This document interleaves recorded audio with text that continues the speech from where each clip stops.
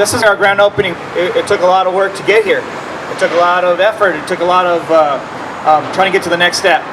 And of course, we have all you guys here have been with us, and we just want to say thank you. And we have a lot of partners to getting here. So of course, Street Food Institute with CNM program, Alex with his business in Albuquerque One, Lucinda has been a big contribution. The South Valley Economic Center. Those have all been my partners in the long run. And it's been 6 years running a food truck, and we just needed to get to the next step. So I got interested in the food business, working in restaurants basically my whole life.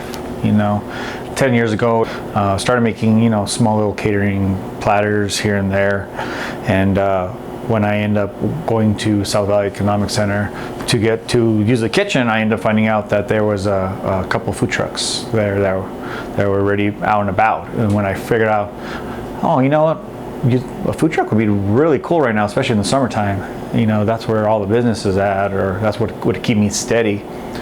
And that's where I kind of got my idea of saying, I want to run a food truck. So I ended up doing internship with Street Food Institute. Kind of started from the beginning on kind of knowing how to, first prepare food, do it in a safe manner, certain classes about anything that had to do with entrepreneurship. And at that point, I ended up finding an investor to help me start my own food truck. Once the food truck was ready, about 4 to 6 months, I jumped out right away. So that's kind of how I first got started. So I've had the food truck for 6 years before I decided that I'm thinking the next step would be the storefront. I had a 2-year goal. The biggest I guess concern was it's always overhead. What's your mortgage going to be like? What's rent going to be like? And usually any other storefront, it's going to be pricey. The more space it is, the more it's going to cost. So these pods are basically, they're small enough to they're small enough to not be so expensive overhead, but they're also bigger than what you had.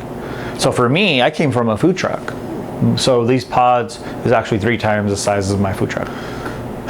Just keep striving, keep going forward, keep trying to improve. It's going to take time.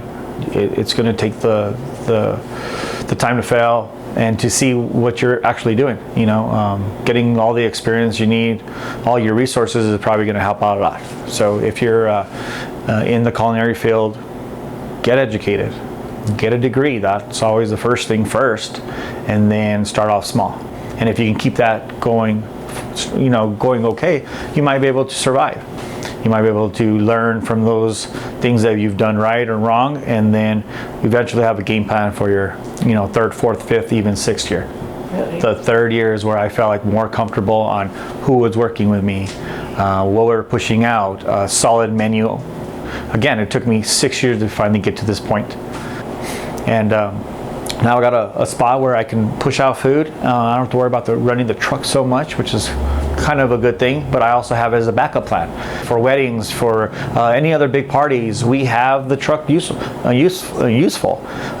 So all these little pieces have came together to get where we're at now, and so we're very grateful.